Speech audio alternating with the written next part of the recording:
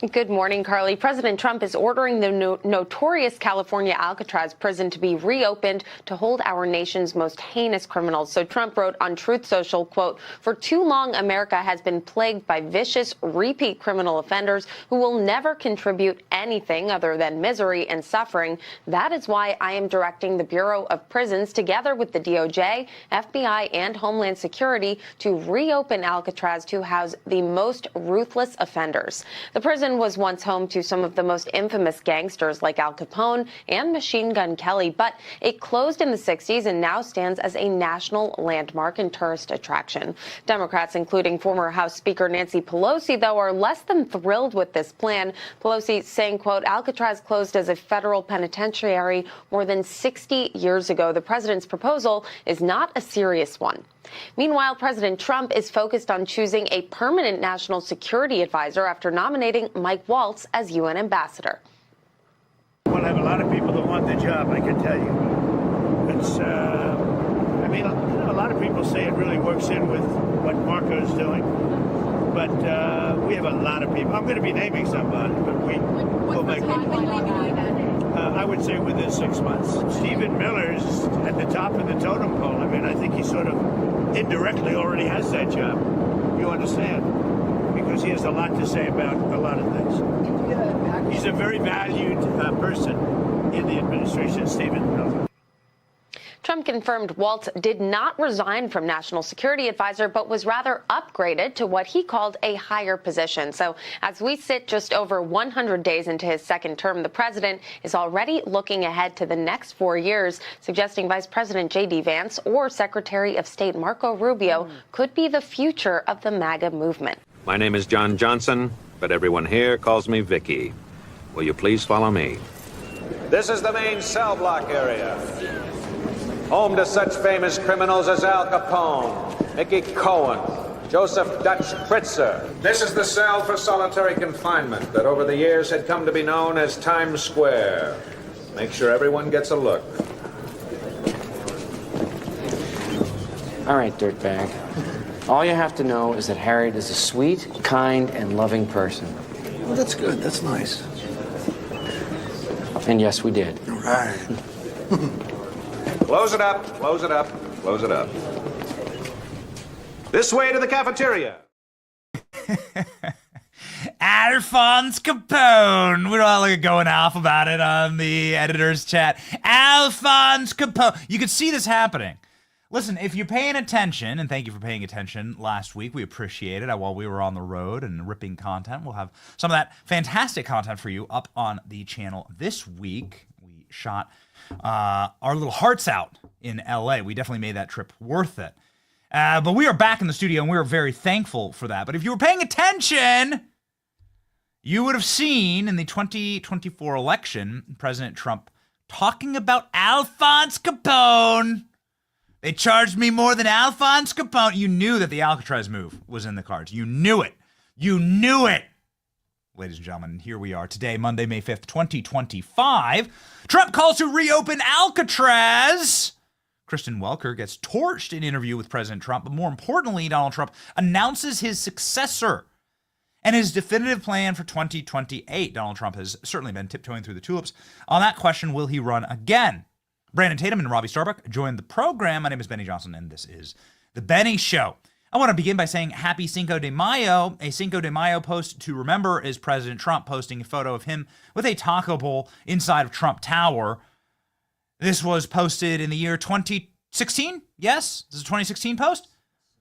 Let's see, 145,000 likes, 97,000 reposts, 20,000 comments.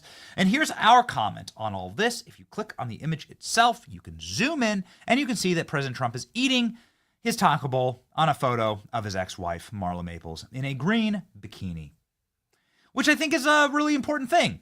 I don't know exactly why, but it is an important piece of lore and history for our country that the current president of the United States, who has, by the way, a wonderful relationship with Marla Maples. We met Marla Maples. She is ubiquitous at Mar-a-Lago and Trump properties. She clearly her and Trump have a daughter together, Tiffany Trump. They have a happy relationship. Donald Trump was just at Tiffany Trump's wedding and so on and so forth.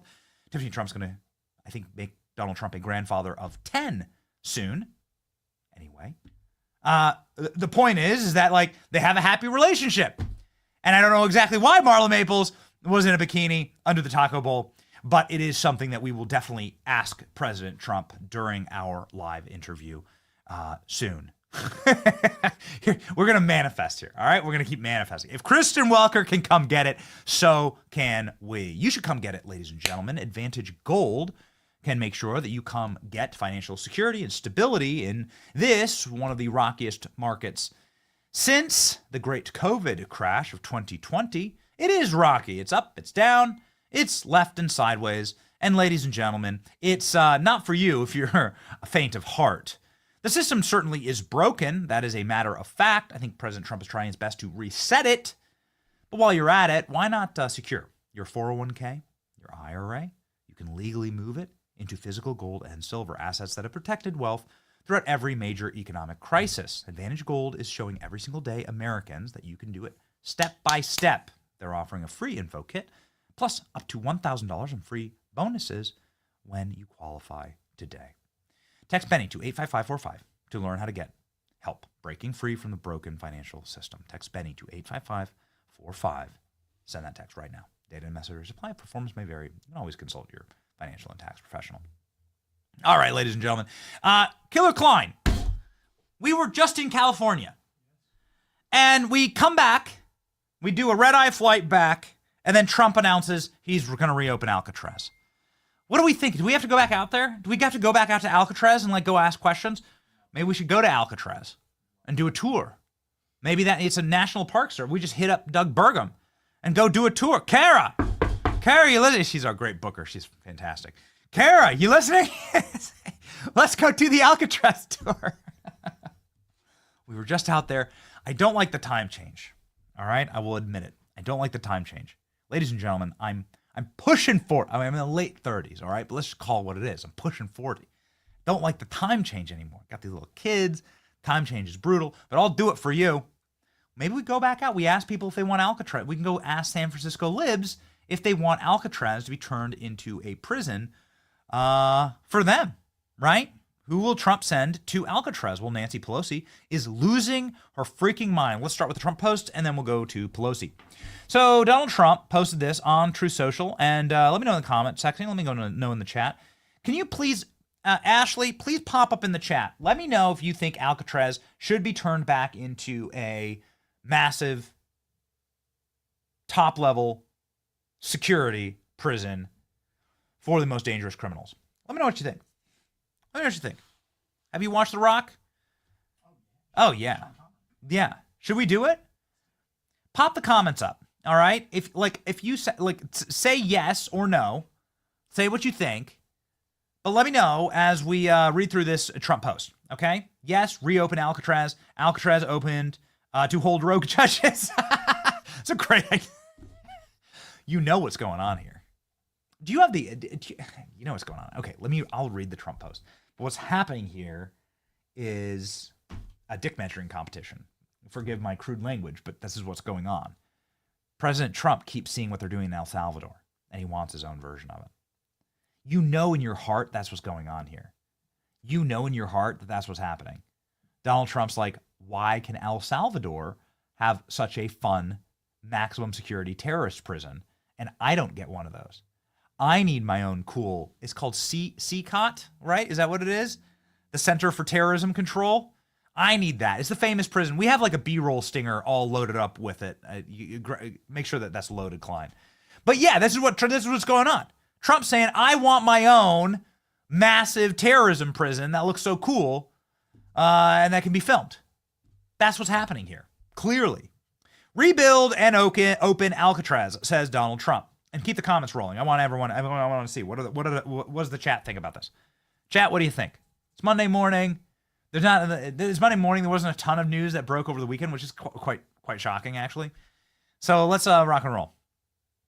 What do you think about the Alcatraz question? And hey, do we have a poll up? Put the poll. Let's do that as a poll on YouTube. We're just doing it. Why not? We're back in the studio and just doing the show live. You can't do this from the hotel room and do it live. Put the poll on YouTube and put the chats. Let's go. Put the chats right here.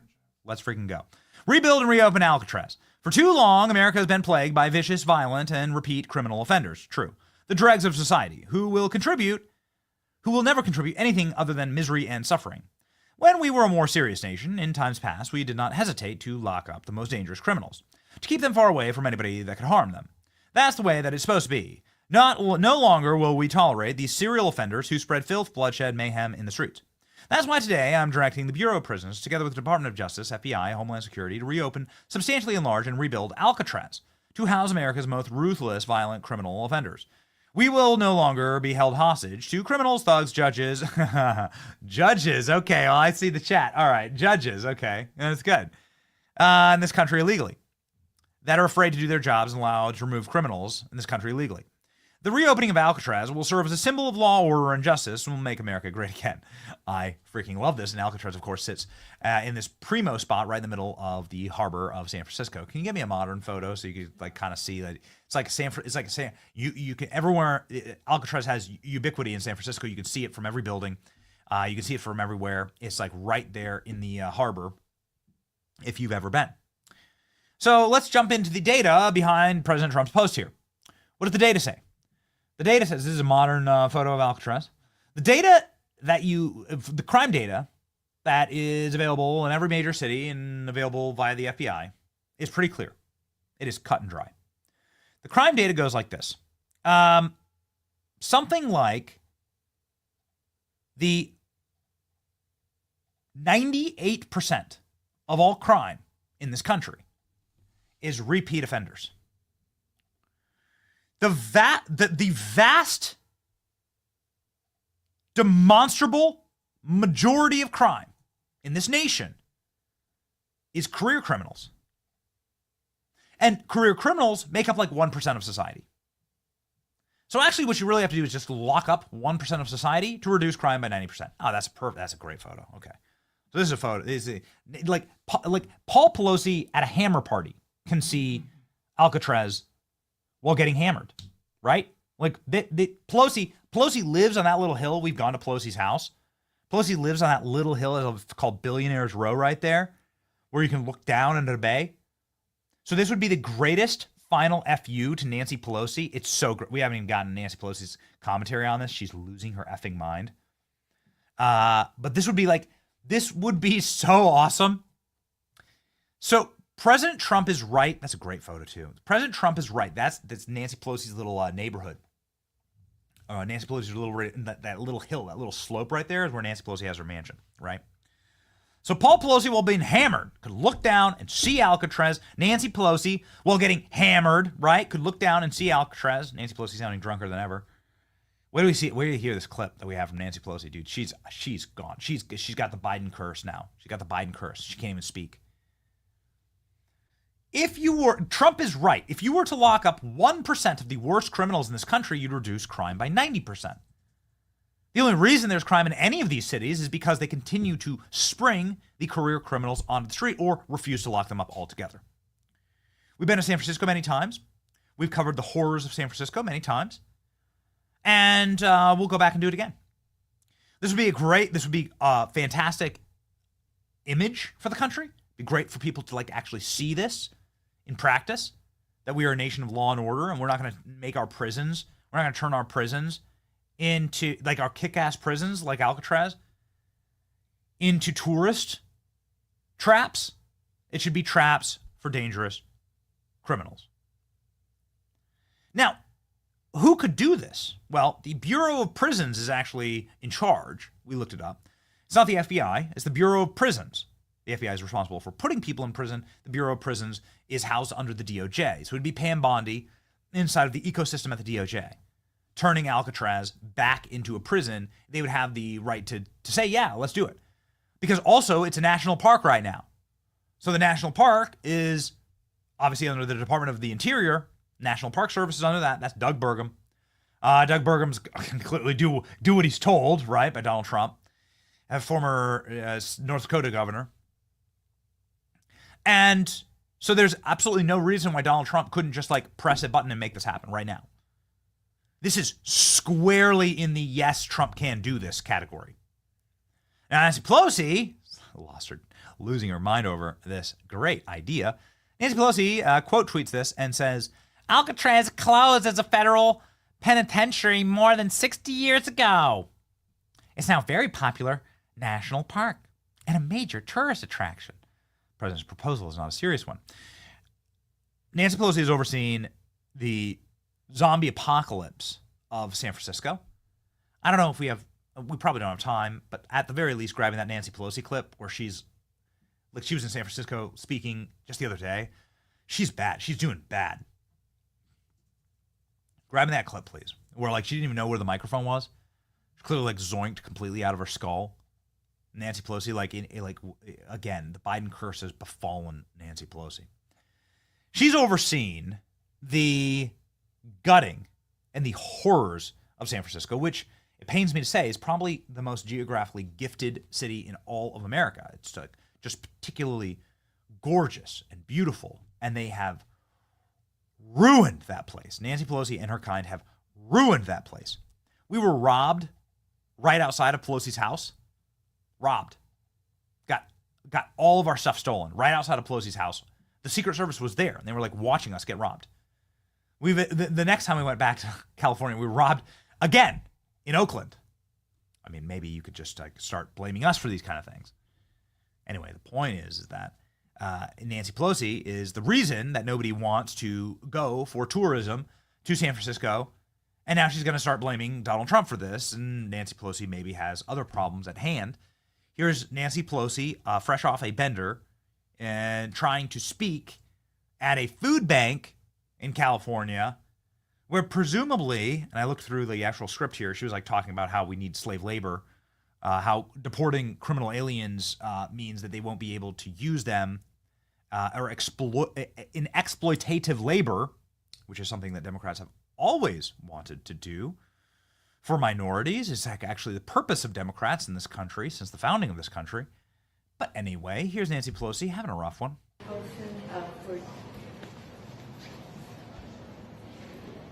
For Arcadia Produce for hosting us today.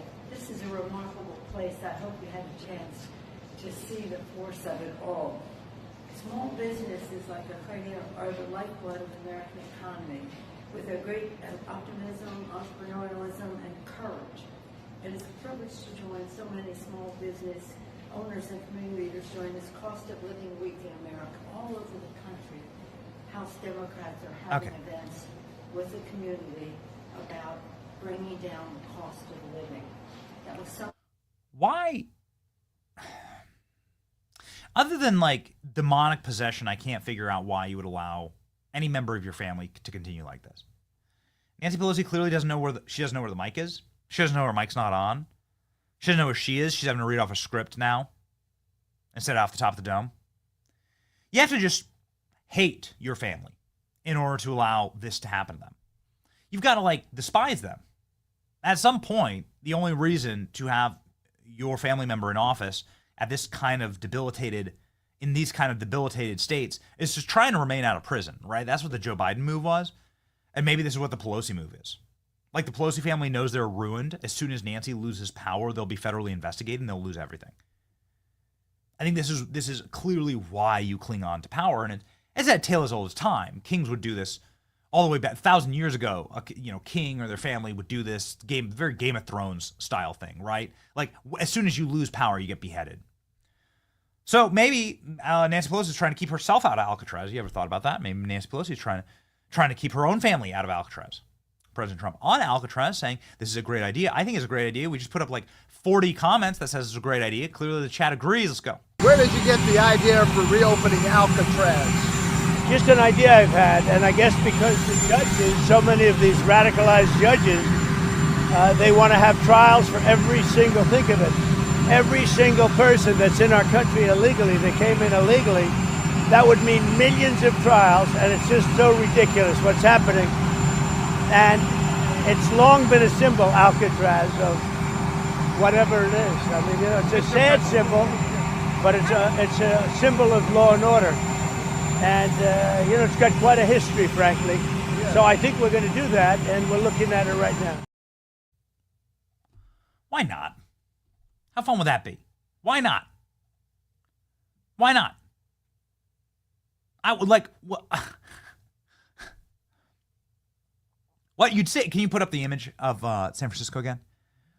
So what you do is you take, and man, we've gone out so many times to San Francisco. Have you been to San Francisco lately? It is such a bummer. Oh, ALCATRAZ. That would be smart. Maybe you could put up a giant sign. Maybe you could rename it, right? You could call it ALCATRAZ and put up a massive sign. It could be a big billboard. Anyway, the point is that San Francisco is the most left-wing city in the country. It's fallen to abject and total degeneracy. The last time I was there, I was walking down the street to get myself a cup of coffee in the morning. It's first thing in the morning. And the first thing I mean, this is so gross. I'm sorry, but like it's true. I have it on camera. On my way to get a coffee, and I'm a caffeine addict, on my way to get a coffee, there's like some guy defecating in the middle of this, like 6 a.m. Defecating in the middle of the street. It's just me and this guy. And I'm like, and it's like, I'm supposed to go and eat in this environment and like drink a coffee in this environment. It is worse than the third world, because at least in the third world, it looks like the third world, right? In the third world, like in the like if you have to, in the third world, like you go and everything's like a shanty town and it's all collapsed and it's all disgusting. It's all like everyone's in huts anyway. Everybody's living in total squalor. In San Francisco, it's like the edifice of a first world city with the allowances of third world crime. So it's totally dystopian. And I just took a photo of it, like some kind of a PG-13 photo of like, I can't drink my coffee here. You can't like get out and walk down the streets and go drink a coffee. And then the other side of the degeneracy is not just like the homeless refuse, but then the first thing I saw is like, I'm driving in, again, I'm not sure I can even play these clips on the stream. It's just some guy not walking buck ass naked. Just naked. Just walking like straight down he had a top hat on. That's it. I remember Dave Portnoy responded to it. He had a top hat on. Please don't play the clip. Whatever I'm saying here, don't put up the clip. And I'm driving into town in my Uber, and we're just here to get some of the we're in San Francisco to obviously tell these stories. And it's just a dude walking naked down the street. It's completely not a stitch of clothing on him. Some obviously Alphabet Festival, except for his top hat, and he's just wandering around. And I was like, how do you raise your children here? How do you do it? I think there was actually a clip of some dude with his kids walking through San Francisco recently. Can we grab that? I think we put it up on the show.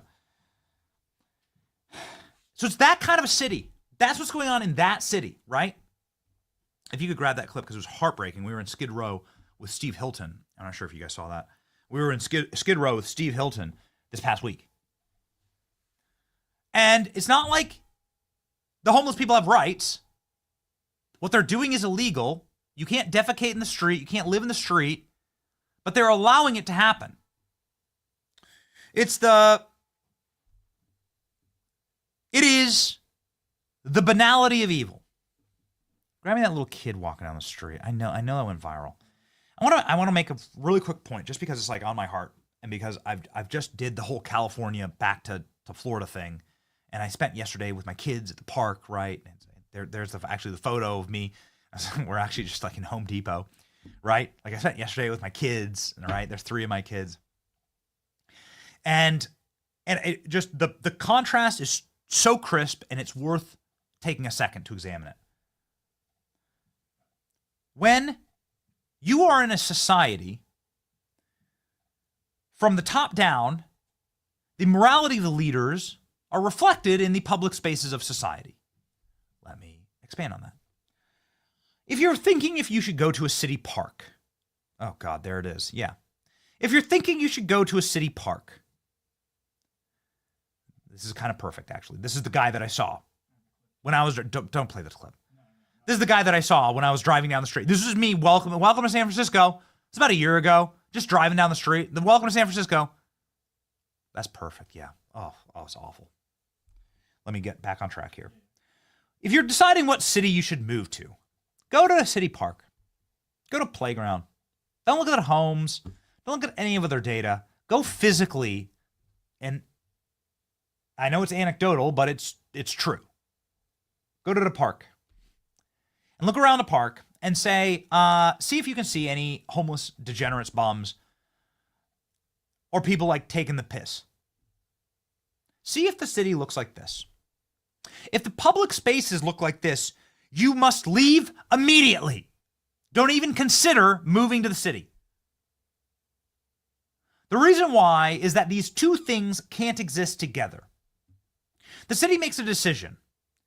Is the city for sickening, piss-filled, blood-soaked degeneracy, mental illness, and ultimately demonic activity? Or is it for the purity of family flourishing and children? They can't coexist. It's why this clip went viral. This clip went viral because the father was showing what environment I must raise my children in. And it sickens the soul because you see the innocence of the child and the purity and the light of the child contrasted with the darkness and the true banality and evil and sunkenness of the criminal element junkie druggie, who's allowed to exist. Be in a place where that isn't allowed to exist with your children. Because the parks and the public spaces in your city can only be for one. It can't be for both. They can't coexist together. You must make a choice. And it is the decision of the law enforcement and the political will of your leaders in the city as to who runs your city. Which one of these two elements are going to run your city? We live in a place, I don't know how many bums you see, Klein. You don't see any homeless people. Now, we live in a particularly big city in Florida. It's the second largest city in Florida. It's very large and very quickly growing metropolitan area that also has really nice weather virtually all year long. Unless there's a hurricane rolling through, you can go chill. Okay? It has all of the elements, a lot of sunshine, a lot of open spaces, lots of parks, all of the elements of a perfect place for shanty towns and bums. Where we live is a perfect place for degeneracy and homelessness everywhere because you can just camp outside all day. And there's a lot, there's a lot of big things happening, a lot of motion. But you don't see anything like that here because the leaders of this city choose the families and the children over that. The leaders of San Francisco choose the opposite. And that is why President Trump could, with his own authority, turn ALCATRAZ into a shining beacon of light of law and order in a place that has none of that. This would be such a profound moral vision for President Trump. The iconography of it would be worth it on its face. To have, can you show me the city in the recess, please? To have that city looking at that island, and that island being the pinnacle of well-run law and order, contrasted with the sickening sunkenness of San Francisco, would be primo. Just a rant, but a very important one. You can tell, it's why I chose this city. You can tell the morality of the leaders and the moral clarity of the leaders in any city in America by simply visiting a public park and seeing if that park is for the families, for the children, for the flourishing, for the mothers, or whether it is for the bums, the sunken, and the demonic possessed. And then you should make your choices, obviously. Red states don't have this problem, only in blue states. Is it legally possible to do this? Let's go to legal expert Greg Jarrett. We know that it is morally important. Is it legally possible? Let's go. Time was opened in 1963. They got about 300, 400 people. Greg Jarrett joins us now to discuss this. Greg, you've been to ALCATRAZ. How close is it to reopening? Do they still have the keys? Yeah, they got the keys. You don't really need keys anymore, though. You know, it's a provocative idea, Brian, which may be why Trump is proposing it. So the sound you hear are all the liberal heads exploding at the same time. You know, progressives frown on prisons. They tend to favor nanny daycare for hardened criminals. And Alcatraz, pretty forbidding, frigid place, housed Al Capone, Machine Gun Kelly, Mickey Cohen.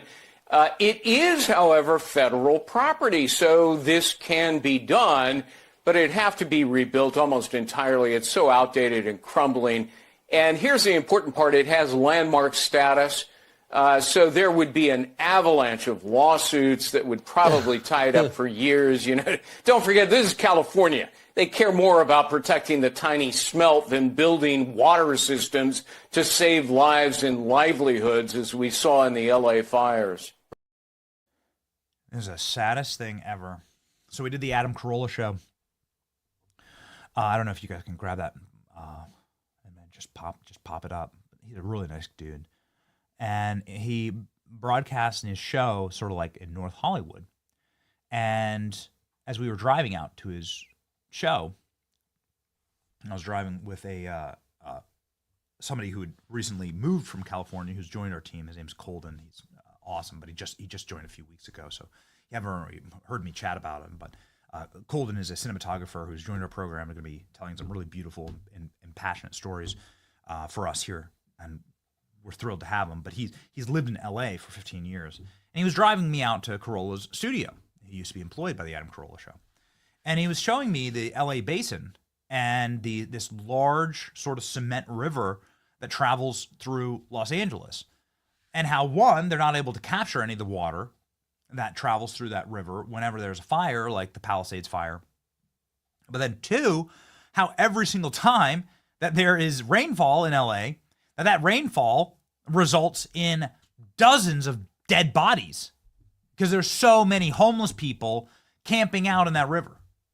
There's so many homeless bums that live in the LA basin that the floods like wipe them all out. California is a nightmare. The LA Water and Power Company that is responsible for the cleanup of the Palisades fire is currently itself a massive homeless encampment. It's wild, just absolutely wild to see.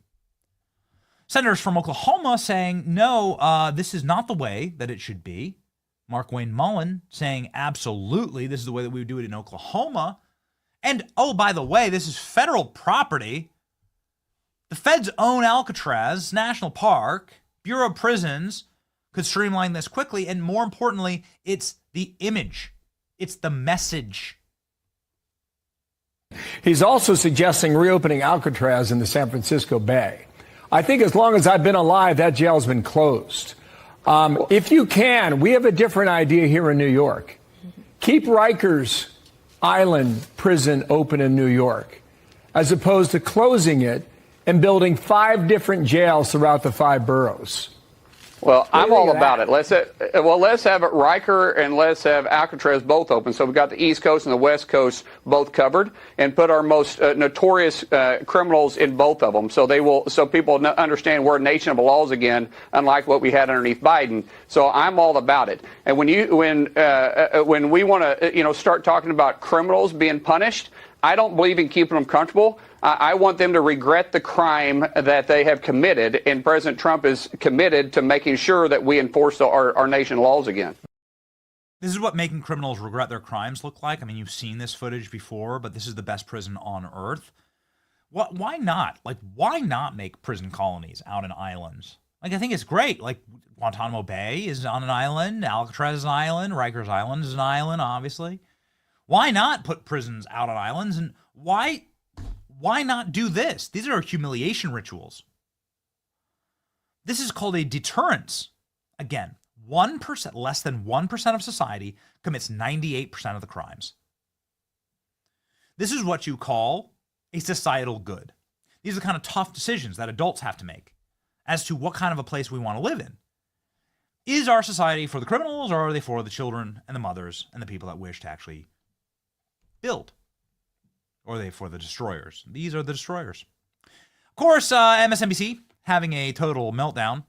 You won't believe it, but they beat us to the punch. MSNBC saying, "Oh, Trump wants to turn it into an El Salvadorian gangland seacot." Yeah, yes, we do. And this is our Salt That Lib of the day. Get your salt shakers out, ladies and gentlemen. Salty MSNBC clip. Here you go.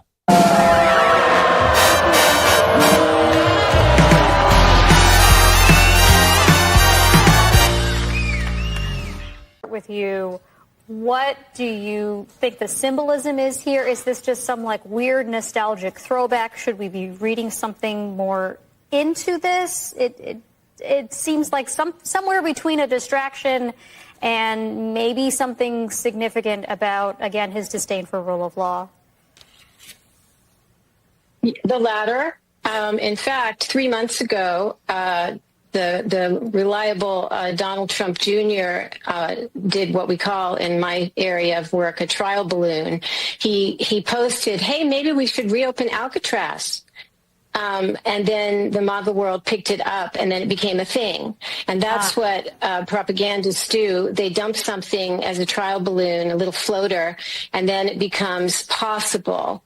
And it becomes like a thing you could think of doing. And then lo and behold, now he wants to do this. So that's a good example of this process that authoritarians do. The other is that, sure, look at these priorities. We're cutting Social Security. We're cutting child welfare. Catherine, you wrote an op-ed on the war on children, and I'm writing about this too. It's just totally tragic. And yet there's money to not just reopen Alcatraz, just refurbish it. Like it's another real estate deal for Donald Trump to refurbish it. And so this shows you the priorities of the regime, which is, mass incarceration in the worst circumstances possible. I wouldn't put it past them to be inspired by Bukele's gulag in El Salvador to remodel Alcatraz. Where do you live, lady? Where do you think she lives? Exactly. I don't know. I'm not looking to dox her or anything. But where does she live? It seems like she's inside of some small studio apartment, which is where all of these dinks, dual income, no kid, cat ladies, right? It was where all these leftists, they live inside of these sad miniature apartments alone, right? With their cats, screeching and screaming, trying to scratch out an existence on Substack.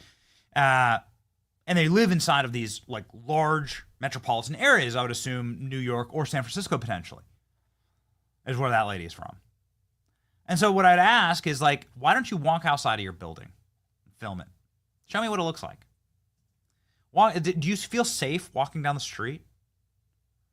Do you feel like you can go down to the bus stop? Do you feel like are you looking over your shoulders when you go to the ATM? Yeah, it's amazing. You can say anything you want, but the reality proves itself out. It's so hard. It was so hard to do man on the streets in LA because everybody is so nervous. That's a perfect example. Yeah, this is what a San Francisco street looks like. Be a woman with your purse and walk down that street. Do it. Hey, lady with the dumb glasses, right?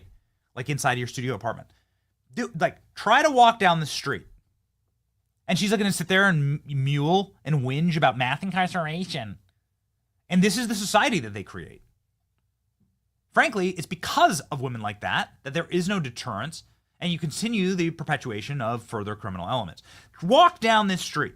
It's so hard. It was so hard to do man on the streets in LA because people are they're so clammed up, right? They were so everyone's so nervous. So you try and talk with someone, and they immediately whinge, right? They don't feel, there's nothing open about society. It's the opposite. It's the opposite of what these people say that they believe in. We spoke with a felon actually, who was in LA, just happened to know us, know our content, and we were talking with him about incarceration in Los Angeles and the homeless problem. And he was like, dude, people have around here, people they want to go to prison. They want to go into prisons because the prisons are so lax, so easy, and they give you cell phones. I was they give you cell phones in prison? Yeah. You get cell phones in prison, TVs, you get to work out, you get 3 square meals a day. It's better than being homeless. They're begging to go to prison in California. Those are just completely broken system. I don't know if they have saunas in prison. They probably do. It's probably more like a spa.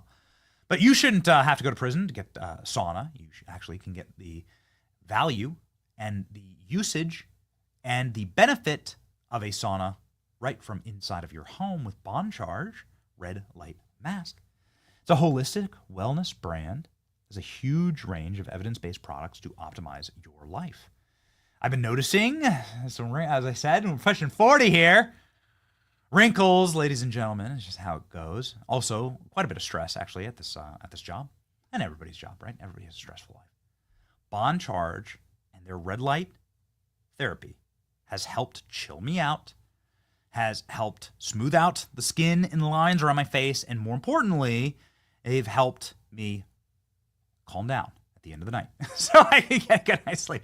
This is very hard. Ask anybody who works at this company how often we are sending messages. It is a common practice to get multiple midnight messages at this company. Okay, you got to chill out and you got to reset and get ready to go to work. Bond Charge does this for me. 10 to 20 minutes each day.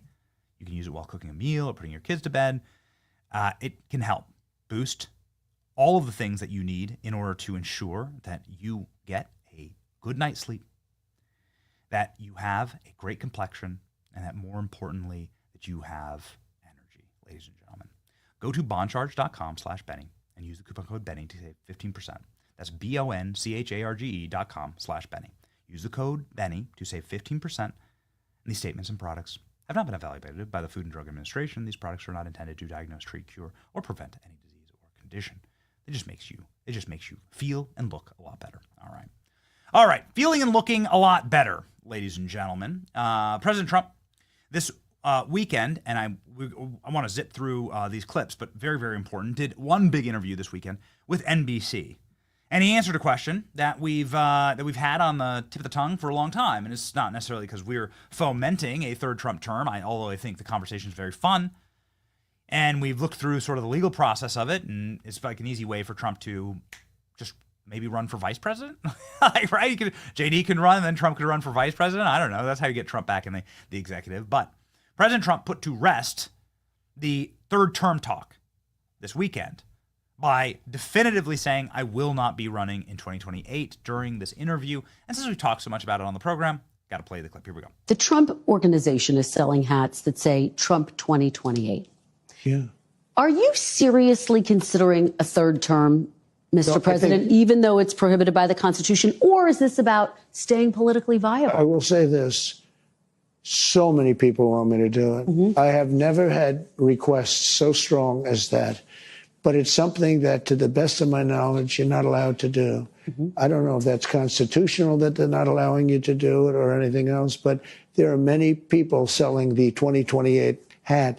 But this is not something I'm looking to do. I'm looking to have 4 great years and turn it over to somebody, ideally a great Republican, to carry it forward. But I think we're going to have 4 years, and I think 4 years is plenty of time to do something really spectacular. The Constitution does prohibit it. Some of your allies are pretty serious about this, though, Mr. President. I've spoken to them. They say they are coming up with potential ways. Well, obviously, the biggest one will be a constitutional amendment. That's because they like the job I'm doing, and it's a compliment. Has anyone in an official capacity presented you with, sir, here are some ideas by which you could actually get a constitutional amendment? Well, in a capacity of being a big supporter of many people have said different things, but I'm not looking at that.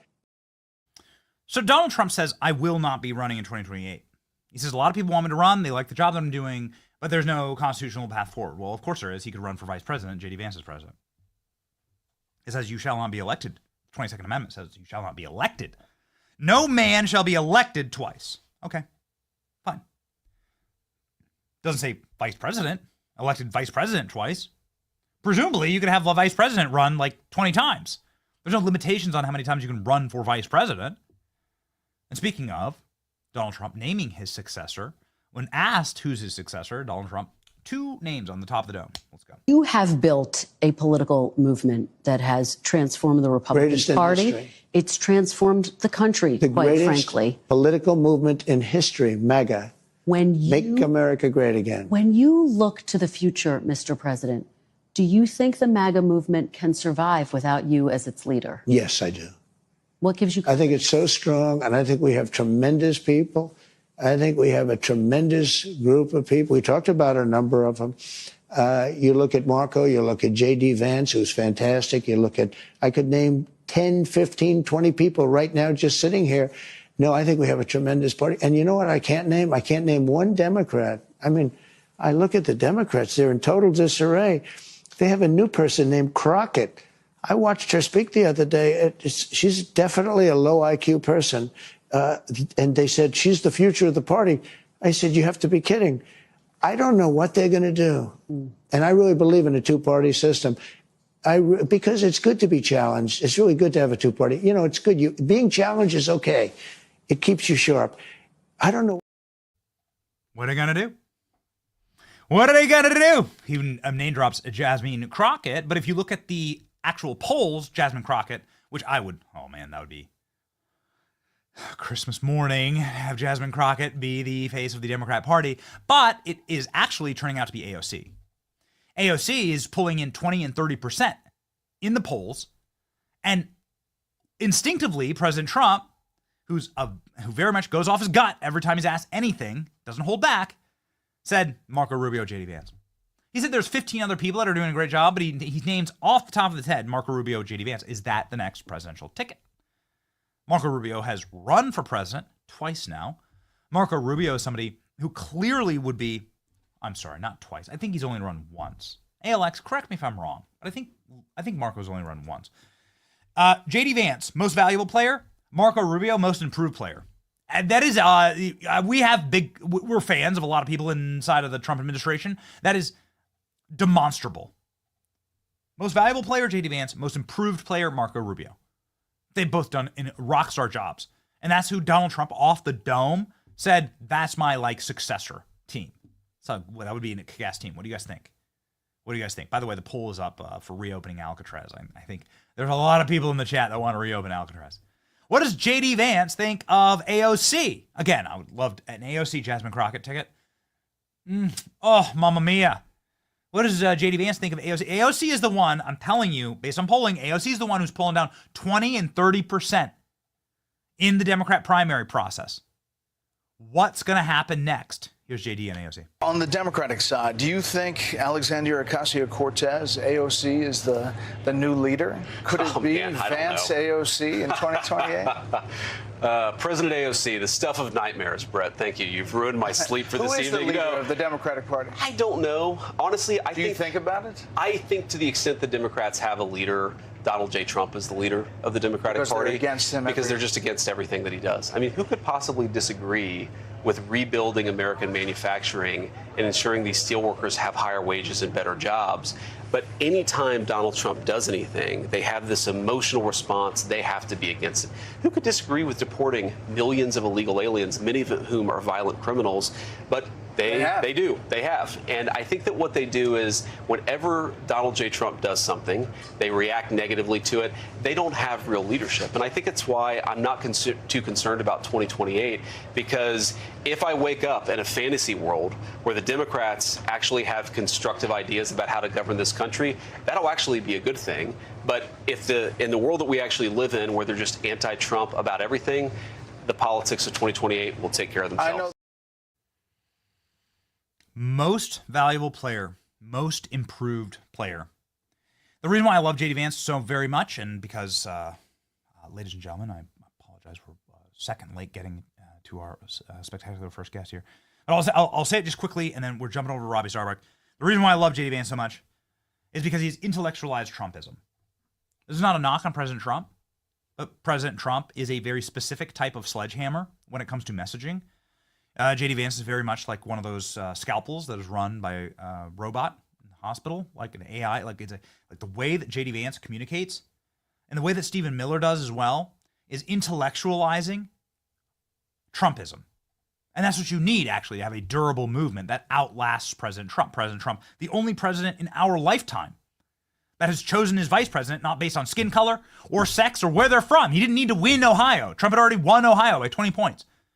He didn't need to win Ohio. He chose J.D. Vance in order to carry forward the torch of MAGA and of America First. Speaking of carrying that torch forward of sanity, MAGA, America First, ladies and gentlemen, Robbie Starbuck joining the program live now.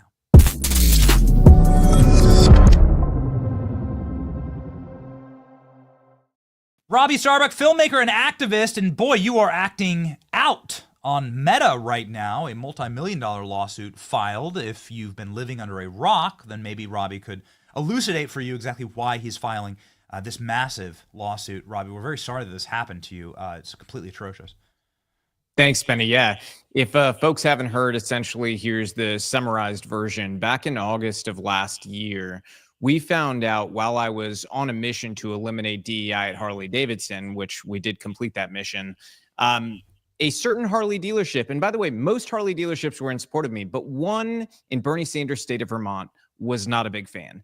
And so they posted a screenshot from Meta's AI that claimed I was at January 6th. And to be really candid, I thought it was fake because I thought there's no way Meta would say this. There's no basis in fact. I wasn't even in DC on January 6th, 2021. I was here in Tennessee.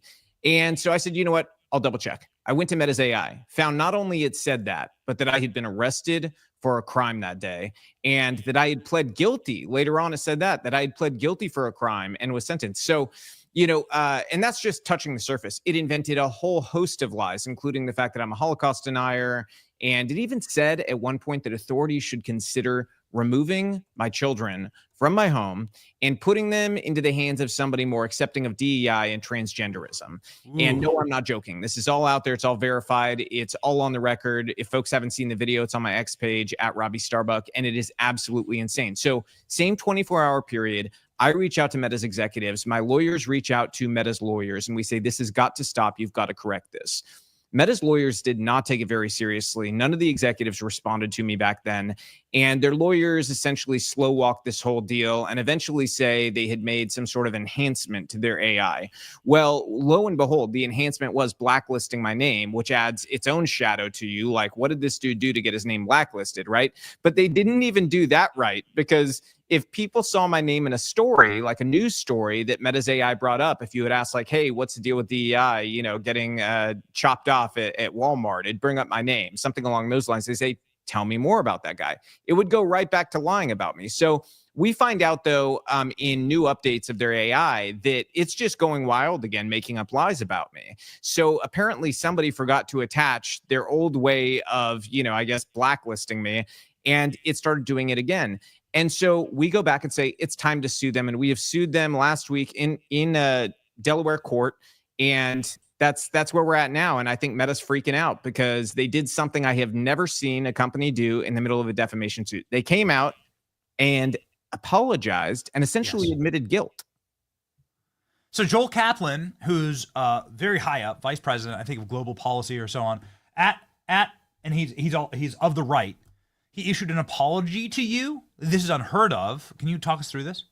Yeah, honestly, I think my lawyers were pretty surprised. I was pretty surprised, only because, not because they're you know, I mean, we all know they're wrong. If you look at the evidence, you watch my video, it's very clear they're wrong. But you're so used to companies just kind of like saying, you know what, we're going to keep our mouth shut. We're going to go to court and we'll fight it out there, or we'll try to get a settlement, something along those lines. And they just kind of don't admit guilt. So in that respect, I was like, on one hand, well, awesome. Finally, they're apologizing, you know, 9 months too late. But, yeah, you know, I appreciate the apology. Then the other side of me is like, why are they doing this? Because something smells funny, right? And we're still parsing through that because it almost makes you more suspicious at that point that they didn't for 9 months. And then millions of people find out what they did to you. And then it's like, oh, yeah, actually, we're sorry. And yeah, we totally did this. We're going to work on fixing it, which, by the way, even 2 days after the apology, it was still defaming me. Their AI. So I have a hard time taking the apology seriously. I do try to appreciate apologies no matter what, because that's what I teach my kids to do. But it's certainly not enough at this point. After 9 months of damage, after my kids being doxxed online, there was a man arrested in Oregon for wanting to kill me, and, you know, just a myriad of escalating death threats. I've got to say, it's hard to think an apology is even close to enough. What do you think is going to happen next? We'll see. I mean, we're going through the legal process. You know, I'm sure Meta is going to attempt to try to solve this before we get to trial. But the reason for that is because, frankly, I have the best defamation case against a tech company anybody's ever had, because the key is notification. Yes, AI will lie about a lot of people, There will be issues, and in the past with big tech companies, what's protected them is Section 230. The problem is 230 doesn't protect them here because they're now a publisher. They publish this information, not some random person online who's, making up lies about somebody on a social media app. Right. That's what they're protected about, people lying about you on social media, is they're not the one, who's writing it. But this is their product. Their product wrote it. 230 is not going to protect them. They're very clearly liable for this, series of defamatory statements. So I think that that's where they're going to have a very tough time is how do you even defend this? I'm actually kind of curious to see how they try to defend it. I think they'll try to say hallucinations, but even that's not a defense. I mean, if you hire an employee and they start to hallucinate and they beat somebody who comes into your, store, you're still liable for the behavior of your employee, even if they hallucinated when they went and assaulted, somebody who came in. So still, even beyond that, we don't believe it's hallucinations. And the reason why is actually very specific. So a couple AI experts came to us. We didn't go to them. These people just came to us of their own volition because they were concerned about what they saw happening here. And they said, we weren't sure this was hallucinations, so we put it to the test. We tested Meta models over the past year, disconnected from the internet entirely, because Meta releases their models where anybody can download them, right? And that has been the bedrock basis, I should say, of building thousands of apps online that have been downloaded by countless numbers of people.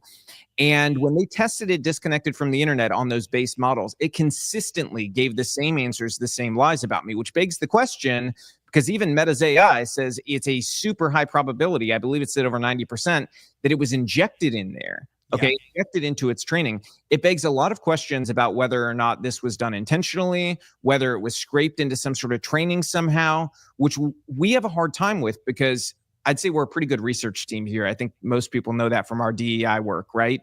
We've researched and we cannot find one example of somebody claiming I was even at January 6th, let alone charged or pled guilty previous to Meta's AI saying this.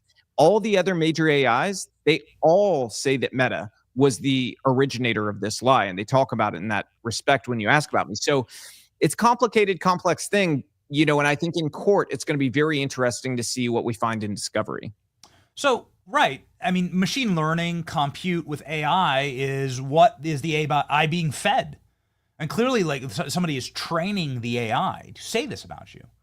Somebody input this to defame you. That's certainly high likelihood in my thought pattern. I think it's hard to conceive of a situation where it's just somehow parsing together a bunch of random stuff and then consistently saying. They're going to blame this on a bunch of GPUs from NVIDIA, like coming up with this by themselves. I don't think so. No, Robbie, obviously, no, just a cursory understanding of how Meta AI's works is just somebody's doing this to defame you internally, right? They're feeding this information into their machine. I don't accept any other explanation. Maybe you have one. That's my assumption. We have to figure that out in discovery, and we'll learn a lot, I think, in that respect. I mean, we've already heard some things that are highly troubling to me that I think we've got to probably hold until we get to, trial. But I think it's going to be concerning to a lot of people. And I plan, to be very public about how all of this goes down, because I think that that's probably the biggest tool I have for, really just making sure my reputation isn't torn down anymore by Meta and their machine. And what's sad about this? I'm actually very optimistic about AI in a lot of respects. But I think this is a very important case because it's not about me. It's about, how this can be misused in the future. Yes. Because I want you to think about future elections where, somebody's asking an AI, what's the difference between candidate A, candidate B? If AI is allowed to lie with impunity about the candidate that company doesn't want to win, and it's able to frame them as a murderer or somebody who has beaten their wife or something, this is totally untrue. They can shift elections by 2 to 5 points at a minimum, right? And so that being the case, that means they can decide elections. That's incredibly dangerous. That's not even getting into the fact that AI is being discussed as being used in child protection services cases, where it would then be used to check the reputations of potential parents or foster care, things along those lines. That is incredibly dangerous because imagine I had been in a court case where I was in a custody fight, right? And they used AI to determine my reputation. Boom, I lose my kids, right? Secondary to that, insurance. They're using reputation scoring with compute from AI. I actually, this year, for the first time in my life, I was denied for home insurance, car insurance, and personal umbrella insurance. And what was the reason for that? We were told I was too risky by multiple insurers to insure me. My entire life, to be very clear, I have never missed an insurance payment in my life, okay? I've never been in a car accident, which is pretty rare, I think, at our age. Never been in a car accident. I'm an incredibly safe driver. I don't think I've even had a parking ticket in over 10 years, okay?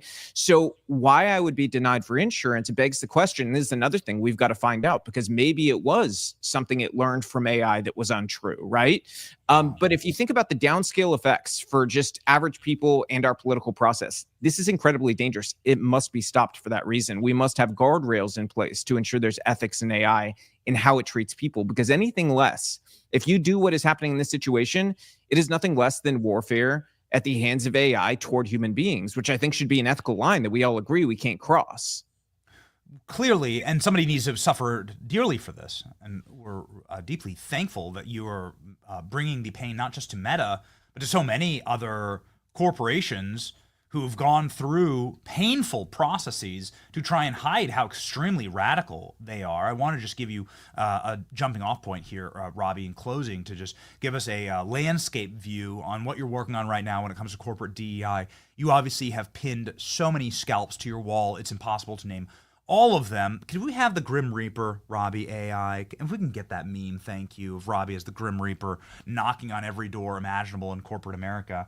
And I think there's a collective cheering from so many mothers out there because you've de-wokeified Target.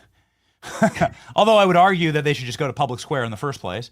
But nonetheless, thank you, Robbie, for your work here. Where are we at when it comes to the de-wokeification of America's corporate culture? Thank you. Yeah, Target is actually an interesting example because I think they're sort of the example I would pose to all of corporate America of why you don't want to get political, why you don't want to get divisive, why you don't want to get involved in those issues that just are really hot, because they somehow figured out a way to piss off the right and the left, right? And so that's what happens. You're going to get squeezed from here on out. The right just didn't have that pressure for us previously, but now we do. So it's like, you want to get involved in divisive issues, you want to get involved in politics, you're going to get squeezed from both sides, and that's not a position you want to be in. So corporate neutrality is the way forward for these companies. But in terms of our corporate work, we recently took down the parent company of Corona, Modelo, Pacifico beers because they had crazy DEI policies. They have wiped them out. Pepsi as well, and every subsidiary company of Pepsi, which, by the way, I don't know if you've heard this. I actually recently spoke to a source at Pepsi. They are working on eliminating as well all of their artificial dyes and ingredients over a period of time here. And that's not just, I got a little deeper with them in the weeds. It's not just because of RFK's, plan at HHS. It's actually a more overarching thing. They see moms have wanted this for a long time, and they're trying to make a move in the right direction. So I think that's good for the country, right? We've got to have healthy food. We've got to get our kids healthy. We've got to get our country healthy again. And I love seeing companies not just using, sort of our pressure force as a way to get out of wokeness, but also to get healthier again. I can't help myself because I see my producer swiping through a bunch of articles on you. Your parting shot to Al Sharpton, who wants the poison back into the Pepsi so that he can poison the inner city, who so many people depend on the junk Pepsi products for subsistence on food stamps and WIC. But also, Al Sharpton calling to restore DEI initiatives. And he threatens a boycott of Pepsi because of you, Robbie. What's your message to Al? He's all bark, no bite. I mean, I would ask him this, Al Sharpton, why are you such a coward? It seems like back in the day, you used to have a little bit more courage, because you didn't seem quite as afraid back then. Maybe it's because you had sort of the wind at your back. You had sort of convinced everybody that they needed to be afraid of you calling them a racist. Well, I'm not afraid of you calling me that, okay? And I have challenged you to a debate multiple times. I have a larger platform than you online, Al, and I'm willing to offer it up. You want to convince the people that are behind the pressure that is forcing DEI out of corporate America, well, then step up, buddy. Step up and debate this issue once and for all and show what a farce my arguments are, okay? Show what an imbecile I am. You have the opportunity, right? I will not only grant you your turf, right? You don't have to come and meet me in person. I get that could be intimidating because I'm much larger than you. That's fine. We can do it remote. And you know what else I'll give you? I will give you a second debater. You can have somebody else on your team. You guys can just avalanche me. That's fine. You can have Jasmine Crockett for all I care, okay? And you know what? Let's make it 3. You can have a rep from the HRC as well. I will take you guys 3-on-1, and I will make all 3 of you look like the absolute morons you are. And the public, once again, will be very clear on the fact that DEI is racist. It is the epitome of unfairness, and it violates everything the civil rights movement actually stood for at its best, which was equality, fairness. Let the best rise to the top. Merit is what makes this country great, and merit does not have a skin color. It's not white, it's not black, it's not Latino.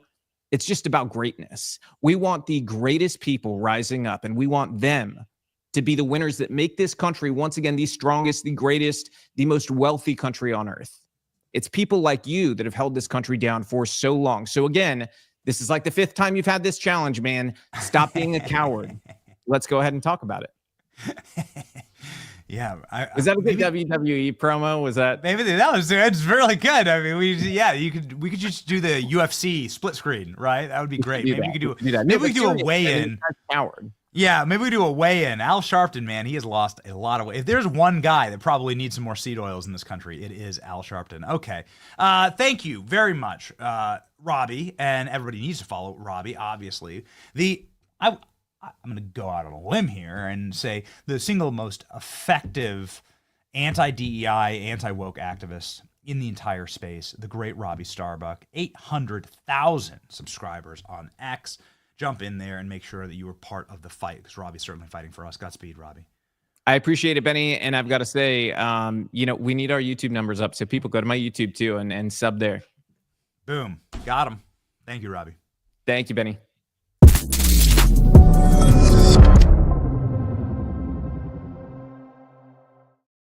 Ladies and gentlemen, before we are locked in to a conversation with the great Brandon Tatum, who's joining us in just a second, I want to lock you in with our caffeine provider for this program. Oh, man. Oh, boy. There is not there. It sucks going to the West Coast, man. We're on the West. I think Brandon's on West Coast time, so maybe he can vibe with me on this.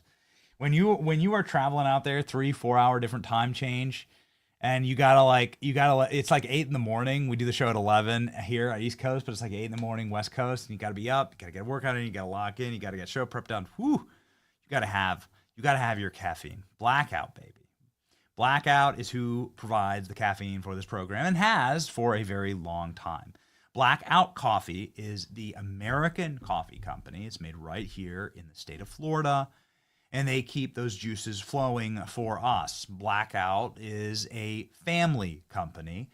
They are a company that believes in the American values. They're not grifters on our movement, as many coffee companies are. They are the real deal. I know them personally. I cannot vouch safe enough for Blackout. These people are investing here in America, and they are delivering an excellent product. Real delicious coffee. And I drink my coffee black and small batch. Ladies and gentlemen, that's how you know it's an actual good cup of joe. If you believe in hard work, American values, and coffee that actually tastes like coffee, go to blackoutcoffee.com/Benny. Use the code Benny for 20% off your first order. Support American Dream. Drink Blackout today. blackoutcoffee.com/Benny. Okay, ladies and gentlemen, I'm sure that Brandon Tatum has had his caffeine. He typically does when he's on the show. And Brandon Tatum, back by popular demand. Let's go.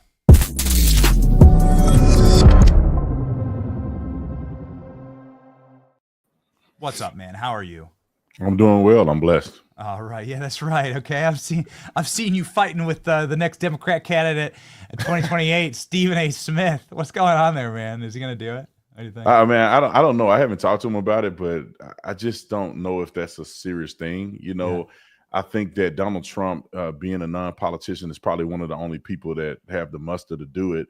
I mean, he was also a billionaire, a person who run multiple companies and have a long experience, a long line of experience leading and doing a lot of other intangible things that will make you a good president. So Donald Trump is probably one of the few that could do what he did and be very successful.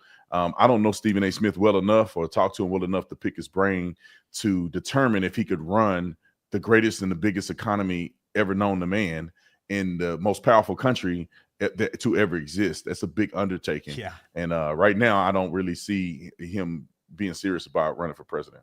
Yeah, I mean, listen, Stephen A. Smith's been an employee, right? Like, not knocking it. And I don't have anything personally against him. Yeah. And I find him quite entertaining. And Donald Trump even said something very lighthearted to him the other day on air, right? Oh, I hope you run, says Trump in great magnanimity. But having an ESPN show is very different than running a multi-billion-dollar company, as President Trump has, that spans multiple borders and nations and across the world. I just feel like he doesn't have the executive experience. I mean, that would be my take on it. But they're floating Jasmine Crockett, so who knows, right? It's Jasmine Crockett, AOC, Stephen A. Smith. Who wins that one? Well, I hope that Jasmine Crockett is the lead front runner, because we would dog her out like nobody's business. I mean, she's the worst politician known to man. And I think that also, if she ever got elevated to that position, people will find out that this is all an act. Jasmine Crockett, I do not believe, is as ghetto as she tried to put out there. I mean, this girl is very educated. She has a law degree. She actually has a law firm, which doesn't produce any money. But for her to be running around acting like she a ghetto sister mama and all this so crazy stuff she's doing, I think it's a complete act. Now, I'm hoping that she's serious about the things she's saying, because that'll make it even worse, meaning that you're being disingenuous about the stance you take and you faking like you ghetto. That's two dumb combinations. But I do believe, and I hope that they keep elevating Jasmine Crockett, because that shows and exposes what they really stand for. They're very different than the Republican Party. They're very different than the American people. Nobody thinks that what they're doing makes any sense. They're literally simping for illegal aliens who beat their women up in sex traffic. I mean, or human traffic. Like, what party is supporting that? Yeah. But what's the distinction, really? Like, why not both, right? Yeah. And against a reopening Alcatraz. Okay, so Jasmine Crockett, speaking of reopening Alcatraz and criminal activity, Jasmine Crockett this week to graduates said that black students should use a chair on their haters. It's an interesting tactic when you're running for president, and interesting advice to give to grads. Would you give the same advice, Brandon? Yeah, if I was ignorant fool, I probably would say something silly like that. I mean, but it's funny, because if white people were to take an incident which a white person bashed a black person over the head with a chair, and they were to get up and do a commencement speech and say it, everybody would be crying on the internet saying they're racist and they'd be getting canceled, and you name it. But Jasmine Crockett, and this is why I say these things, and people get mad at me all the time, even people in my family. They're like, you always against black people. But it's like, you don't see a scenario where a white person is doing this. Jasmine Crockett is referring to the situation, I think it was in Birmingham, where they're at that boat dock, where it literally was a race brawl, where a black man hit a white woman over the head with a chair. And this is what she's referring to. And this is why I believe that people like her are going to give us a lot of leverage to win, but also people like her are so openly racist, and they need to be called out for it, because this chair incident is not just some friendly reminder. This is literally what you're going to see on this picture, if it turns into a video, is a black man hitting a man and a woman, because the picture shows that he hit a man, but he also hit a woman in the head with that chair. So it's absolutely ridiculous, and I'm glad that she's doing it. I hope she keep it up. Listen, they didn't ask me, but I hope I can reap. So I'll go and I'll change my pronouns, right? I'll dye my hair, and I'll come back as a DNC consultant, Brandon. And I will, first thing I'll do is I'll book you as a left-wing activist on campus, like we talked about last time, right? To see what happens. And then I'll have the DNC debates, and everybody will have folding chairs. And then maybe at the DNC debates, right, when it's Stephen A. Smith and Jasmine Crockett and AOC and Bernie, they can all just get the chair, and it'd make for great entertaining television. Oh, yeah, and maybe that's how they could sell the debates. Just 1,000%. Just a thought. They need our help, man. We need to get in there and infiltrate. You know, something funny that I thought about the other day. My oldest son is 14 years old, and he's already 6'3". And we were joking the other day at the table, and we said, you know, what if my son was identified as a woman? He'll go straight to the WNBA from middle school. and have NIL deals, endorsements out of the wazoo.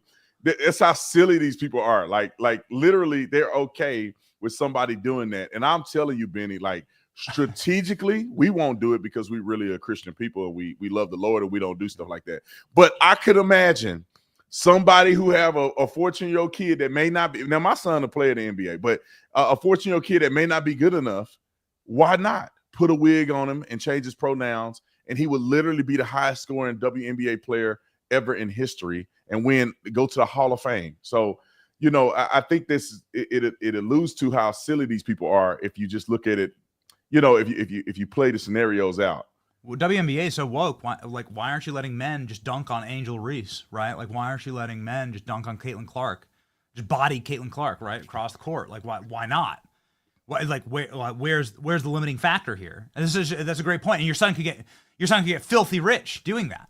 Why not? You know, if you're that woke, then clearly you can't define what a woman is, right? You would never stop Brandon's son. What's your son's name? Caden. You'd never stop Caden from doing that. Yeah, it's a great point. Okay, so let's talk about kids. Let's talk about a big clip that, you know, I'm reticent to go here because obviously this is something that's designed to split the internet in half. We talked about Carmelo Anthony last time, and then Shiloh Hendricks this Friday went thermonuclear viral, obviously, and it seems like they're now pitting two fundraisers against each other on Give Send Go for so this lady uses the N-word on a playground, and her kid had a bag stolen from him or something like that, and you know now she's raising money. What's your take on this? Is this the inverse? Like, is this where we want society to be going? Obviously, there's no such thing as a banned word. There are not words without consequences. However, your opinion on your opinion on sort of the societal breakdown here and what's actually going on. I think, Benny, I don't think this is where we want the country to go, but I think this is where the country is going to go because this is a direct backlash, in my opinion, against Carmelo Anthony. I just think that it has gotten to a place where white people have felt suppressed and victimized by everything black people do. I mean, this kid, now let me be clear because I had to do this the other day. I don't support this lady. I think she's an idiot. It looked like she's trashy. To call a kid a name anyway shows a level of immaturity and trashiness. However, I think people are sick and tired of allowing other races, and I think white people specifically, to allow other races to treat them any kind of way, and they can't say anything. This kid is stealing, allegedly. He's stealing from her, which is incredibly ridiculous. It came out, allegedly, that the guy who was filming her had been arrested for being a sex offender. Yeah. So, you know, this is trashy people filming trashy people doing trashy stuff. Yeah. And the kid that she's talking about isn't 5 years old. I mean, you can look at the kid on the picture there. If you scroll up a little bit, you see this kid. That's not a 5-year-old. He looked a lot bigger than a 5-year-old. Regardless of that, trashy on trashy on trashy. Some trashy parent didn't raise their kid to not steal from people. A trashy guy is filming a woman who's trashy enough to call a kid an N-word. But I'm saying that the reason that they raised the money is because she got doxxed over using a word. Now, people are sick of this outrage over a word when black people are killing each other. And I'm not saying all. The ones who are doing this are literally killing each other. And nobody gets outraged by it. My wife was telling me about a young kid that got killed in the drive-thru because the child's dad was involved in a gang situation, and they went and shot him up and ended up killing his daughter. And I don't think it was a drive-thru; it was a car wash. And where's the outrage? Where's the GoFundMe?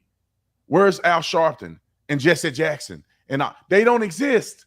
And so when young people are laying dead in the street, through gang violence and other violence that are perpetuated by other people of their same race, they say nothing.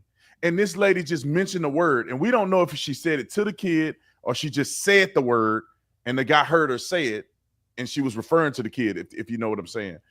And it's outrage all over the internet. And I'll just tell you this, Benny. I don't know if you uncover this, but also I want you to go to all the black blogs and look up the commentary regarding that father that ran over a police officer and killed him because the day before his son was killed by the police after pointing a gun at law enforcement. But when you go to the vlogs and you go to some of these comment sections, they are supporting this man who raised an idiot that pulled a gun on cops, and then he turns around and kill an innocent police officer the very next day because he was outraged that his son had died. But look at the comment section, and you'll realize why people are deciding to be tribal enough to give $500,000 to a woman who said the N-word to a young child. So, first off, you just like brought me back, man. I lived in an all-black neighborhood in D.C. I lived in a very poor part of D.C. That was, you know, this is all we could afford, right? When we first got married, my wife and I. And this was during BLM. And there were marches day and night through Washington, D.C. for Black Lives Matter. And the defunding the police movement started in Washington, D.C. I mean, that was the first police department to get defunded was in D.C. And what that led to was a wholesale slaughter of my neighborhood.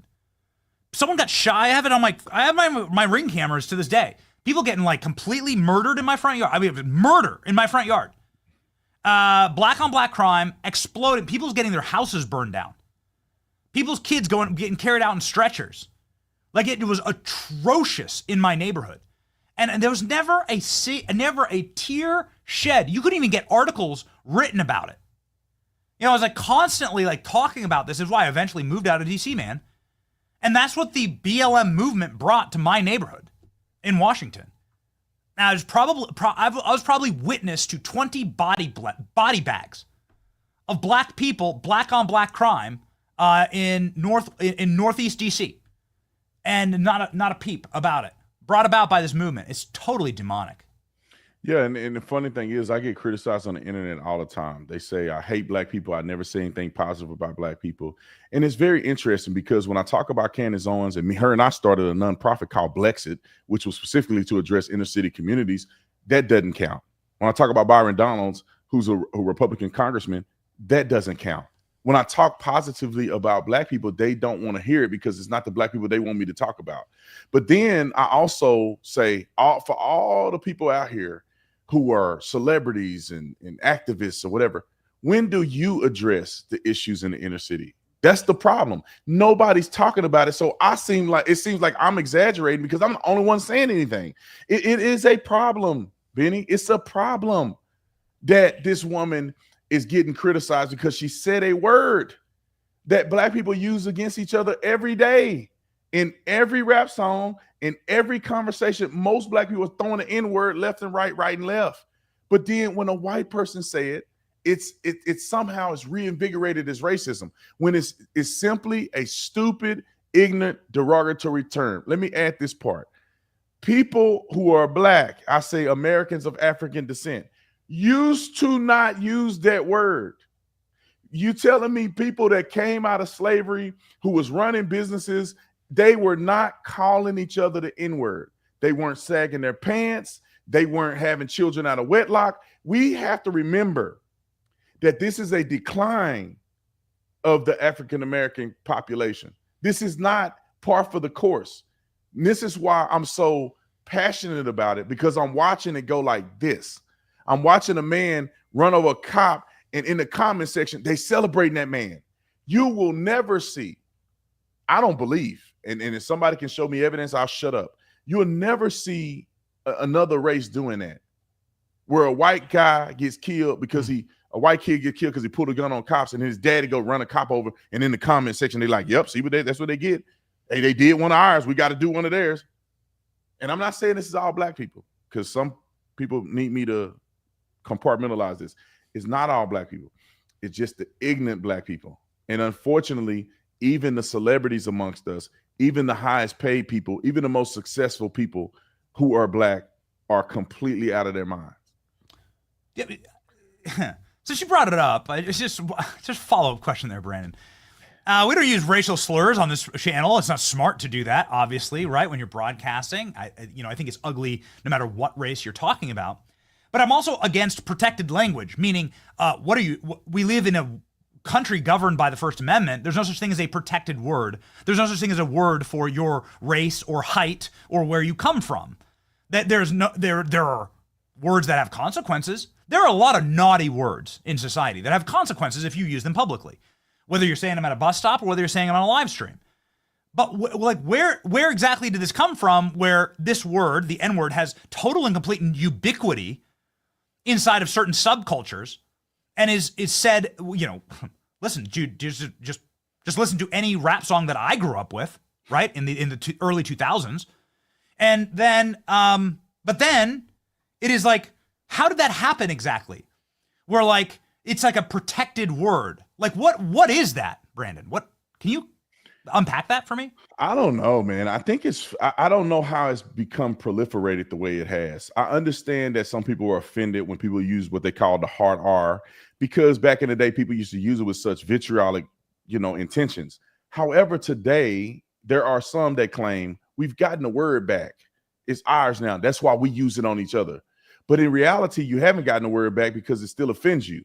So you have done nothing but become ignorant by using the word every day, calling white people the word, calling black people the word, Mexican people the word. But if anybody used the word, even if they're rapping to a song, right, they're not even using it in a negative way. They can't rap. White people can't sing the song that they paid for and that the concert that they paid to go to.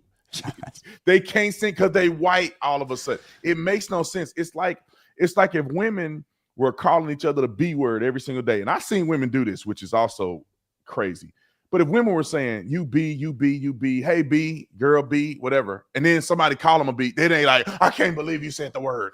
It's like we have to be more mature as human beings to say a word only has the power that you give it.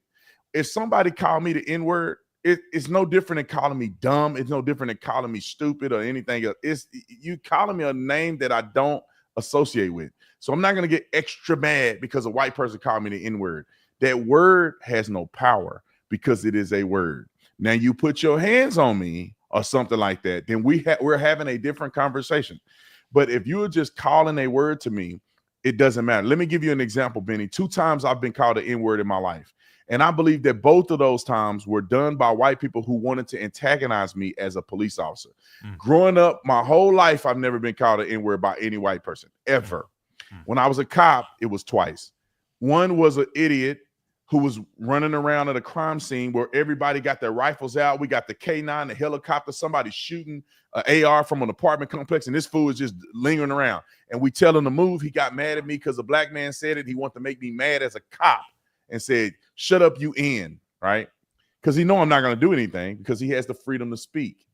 And then I had one other time, I think it was a guy who was at a tow truck company. He was a fraudulent tow truck guy who was screwing people over. And he decided to call me an N one day. Now, of course, he apologized to the police department, but he still called it to me. Why do you think he called it to me? I don't know if it's because he's racist or he wanted to get under my skin.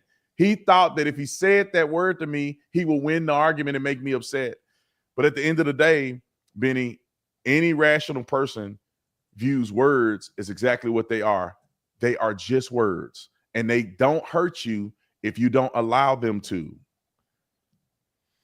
It's almost like they were trying to get a payout, right? It's like the number one thing that they could do to get you to take the baton out and kick their ass, right? And right. Yeah, and then do it on camera. It's like the easiest way.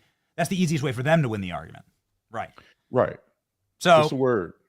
Here we have a rare photo. We have a photo of Brandon Tatum in uniform. Here we go. Uh-oh. All right, there we go. All right, it just looks like you're speaking at an event here or singing. Maybe you're singing a song. There's like a sheet music in front of you.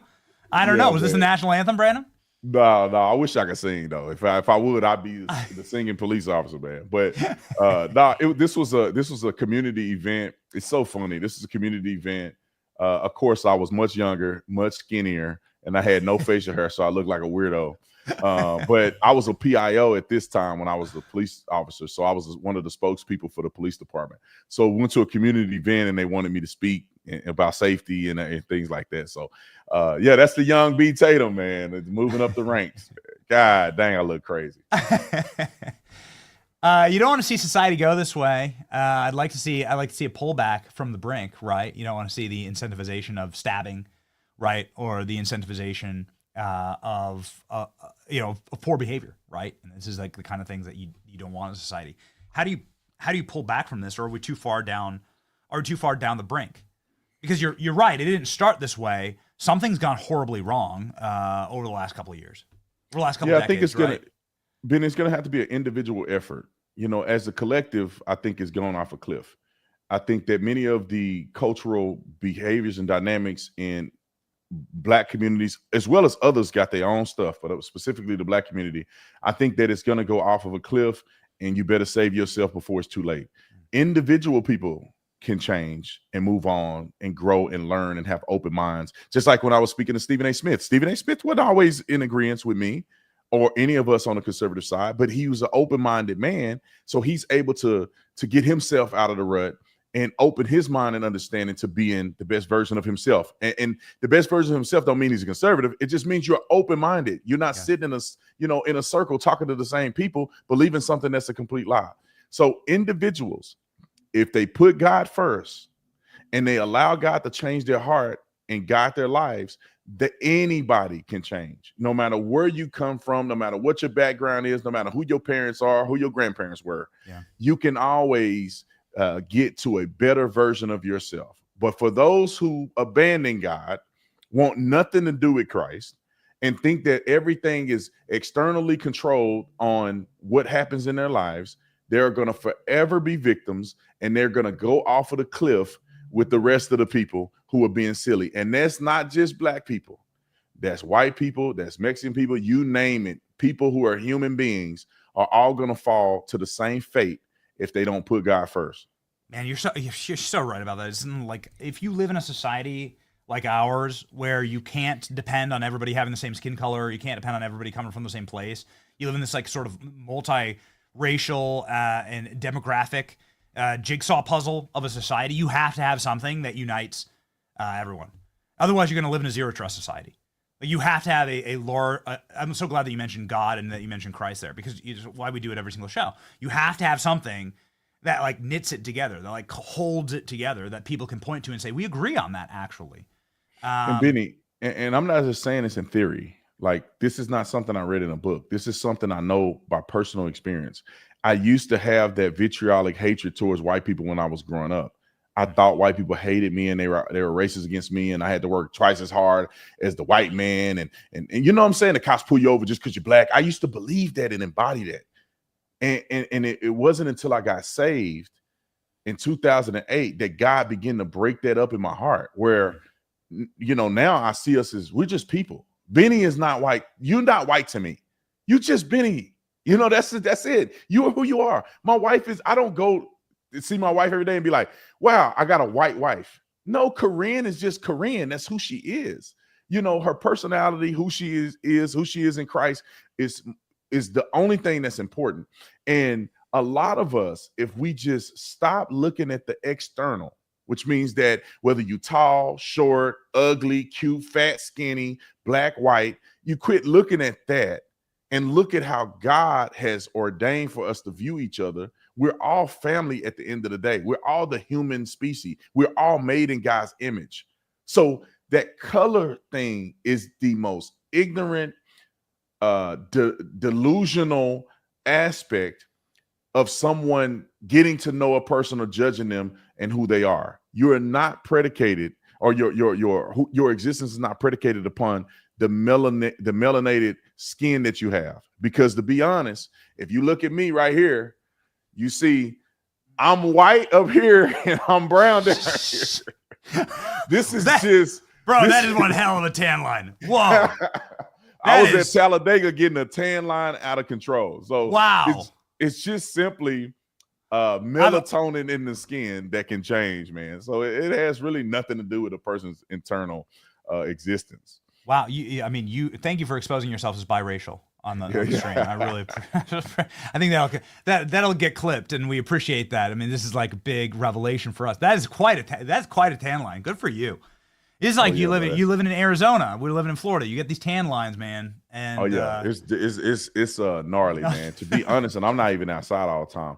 When I was growing up and we used to play football outside and practice outside, the tan lines were insane, dude. I think I become like 4 or 5 shades darker in the summer, and in the winter everybody gets lighter again. But I mean, this right here is just one weekend in Talladega. I mean, just imagine, a prolonged period outside. My wife can't do it though, because she turns into a lobster when she's outside. She turns red and she burns. With me, I just get, I just get warmed up a little bit, get cooked a little bit, little browning on it. Hey man, we're looking forward to you here in Tampa in about a month, right? Turning Point Student Action Summit. We can kick it. Brandon, Godspeed, man. This is Brandon Tatum. You all know Brandon Tatum. We got the X account crossing 1 million subs, and then millions more on YouTube. Everybody got to follow Brandon. And the guy's just blowing up and spitting it real, and he's been doing it. He's one of the OGs, right? He's like not somebody who's new, who's coming around the corner. He's somebody who's been doing it and cracking skulls for decades at this point, and putting it all out there. So, Brandon, Godspeed, man. Again, let's kick it when you're here in Tampa. Oh, for sure. God bless you, Benny. Thanks for having me on. All right. Tan lines, brother. That's great. See ya.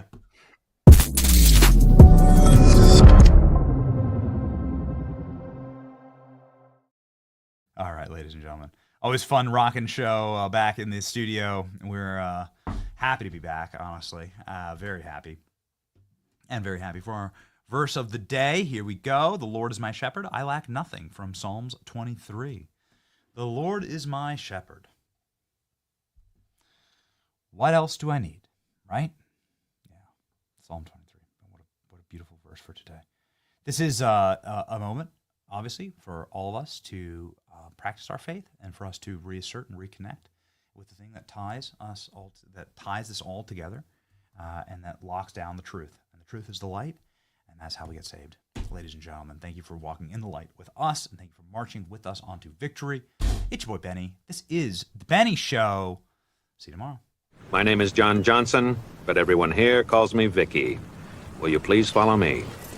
This is the main cell block area, home to such famous criminals as Al Capone, Mickey Cohen, Joseph Dutch Fritzer. This is the cell for solitary confinement that over the years had come to be known as Times Square. Make sure everyone gets a look. All right, dirtbag. All you have to know is that Harriet is a sweet, kind, and loving person. Well, that's good. That's nice. And yes, we did. All right. Close it up, close it up, close it up. This way to the cafeteria. Where the truth gon' be, faith and freedom on your TV screen. Stand up strong, battle through the night. The Benny Show's here, bringing liberty to light. From the speeches to debates, Benny sharp like a blade, cutting through the lies, watch the truth cascade. With the warrior's heart, this man never fades. You know it's prime time when Benny invades. From saving the nation to stories untold, the Benny Show's a storm, see the truth unfold. Stay in the loop, let freedom take hold. Salting all the libs, soul never sold. It's the Benny Show, where the truth gon' be, faith and freedom on your TV screen. Stand up strong, battle through the night. The Benny Show's here, bringing liberty to light. Liberty to light, bringing liberty to light. Liberty to light, bringing liberty to light. From the speeches to debates, Benny sharp like a blade, cutting through the lies, watch the truth cascade. With the warrior's heart, this man never fades. You know it's prime time when Benny invades. From saving the nation to stories untold, the Benny Show's a storm, see the truth unfold. Stay in the loop, let freedom take hold. Salting all the libs, soul never sold. It's the Benny Show, where the truth gon' be, faith and freedom on your TV screen. Stand up strong, battle through the night. The Benny Show's here, bringing liberty to light. Bringing liberty to light. Bringing liberty to light. Bringing liberty to light. Bringing liberty to light.